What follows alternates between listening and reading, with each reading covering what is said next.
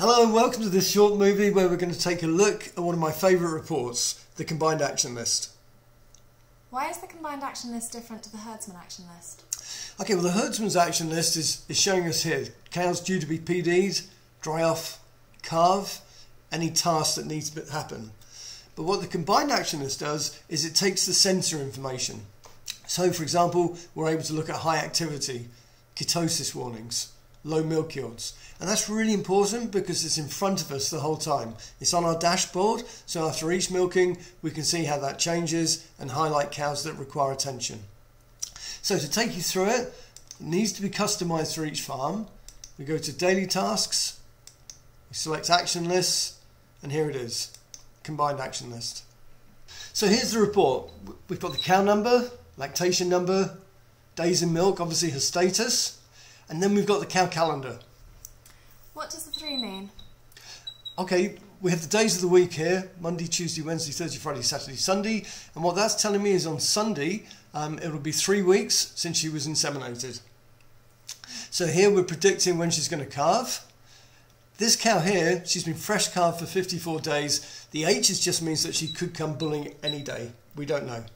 And 754, we've got 6 weeks, again, because you can see there, she was inseminated 38 days ago. So by Sunday, that will be 6 weeks. Why are some cows underlined? Oh, good point.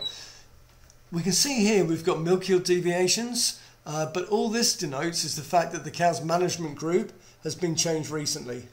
So she's been moved from one group to another group. So that can obviously have an effect on milk yields, but also on activity.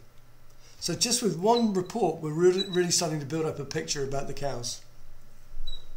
How can I adjust the thresholds for milk deviations so I can see cows that really have a problem? Okay, that's a good point. You don't want to have every cow on the list. So it's important to set the thresholds up so it really highlights the problem cows. Now to do that, in the Combined Action List, you go to Properties. And here we can have different types of lists, but I want to highlight the dashboard.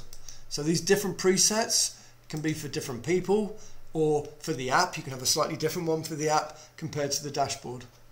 So what we need to do is basically say what we want to show on the report. I always set it like this, remark only. I don't want the cow to appear on the Combined Action List because she's due to be PD'd. But I want to know about it as a remark if the cow is on the list because of the milk meter deviation, it's easy for me to say, or an activity deviation. So I always set that up as remark only. Then we need to work through it. We can see milk yields. Now I normally set it so that we look at the average of the last 21 milkings and compare it with the most recent. And we're also able to set the milk yield deviation so that it's sensitive. So for example, we need deviations of more than 30% before the cow goes on the reports. And you can see these are the figures that we suggest that you use, as long as it's more than 5 kilos. So 30% deviation, as long as it's more than 5 kilos, that will then put the cow onto the report.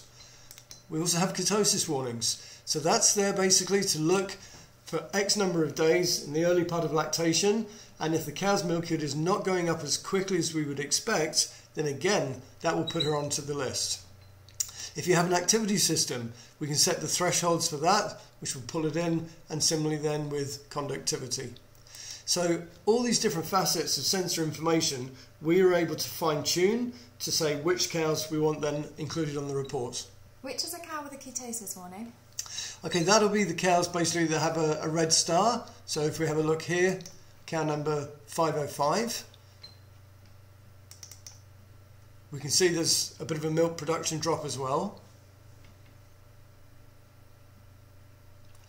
And looking at milk meter, we can see here the day of the recording and the amount of milk she's given. If I want to look at it per milking, then again we can do that, and we can see that on the 21st she was giving 16, she went up to 17 first thing in the morning, but then we've got a bit of a drop going on. You can see 13.5 and the milkings are all down, and again it's down today. So this is a cow that we should be looking at.